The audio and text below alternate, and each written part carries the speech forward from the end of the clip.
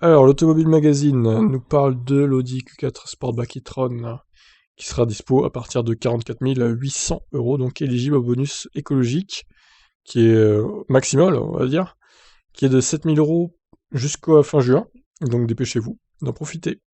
Donc Audi n'a pas perdu de temps avec son nouveau Q4 e-tron puisqu'il a présenté simultanément en avril dernier le modèle classique à 5 portes et son dérivé coupé Sportback, à la ligne de toit fuyante.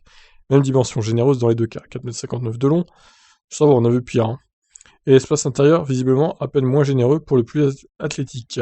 Cela peut paraître surprenant, mais c'est même le Sportback qui embarque davantage de bagages. 535 cm3 contre 520 pour le Q4 tout court. Les choses s'inversent une fois les sièges rabattus.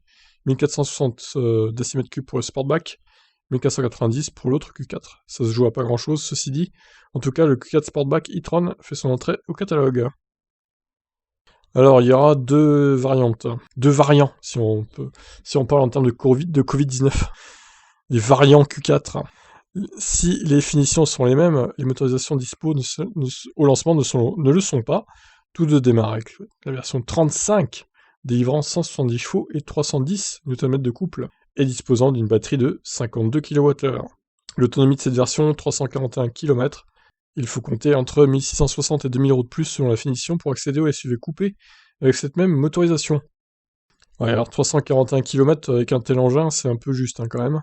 Mais là où le Q4 e-tron propose une déclinaison intermédiaire 40 d'une puissance de 204 chevaux, elle ne fera son entrée au catalogue du Sportback que fin juillet. Il y aura également une variante 45 265 chevaux fin novembre. Un second moteur est d'ores et déjà dispo sur le Sportback. Il s'agit du modèle 50, plus puissant, doté de deux moteurs, un placé à l'avant, l'autre sur l'essieu arrière. Il délivre une puissance de 299 chevaux et 460 Nm de couple.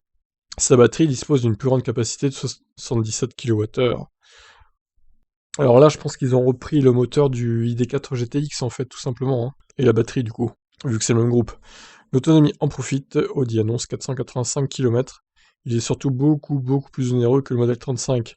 La finition égale, il faudra rajouter 12 900 €. Ah oui, quand même. 100 € le cheval digne supplémentaire pour être précis. Aïe. 67 700 € minimum, c'est aussi 15 250 € de plus que le cousin Volkswagen ID4 GTX, doté de la même motorisation. Ça fait cher payer le blason plus prestigieux. C'est ça. Pour une fois, je suis d'accord avec eux. Voilà donc pour ces Audi Q4 Sportback e-tron qui sont quand même pas donnés. Et au final, l'entrée de gamme, qui aura 340 km d'autonomie, ça sera un peu l'Audi du pauvre, hein, avec le seul véhicule éligible au bonus maximal, malheureusement. Je vous laisse donc réagir suite à ce Audi Q4 Sportback e-tron. Bye.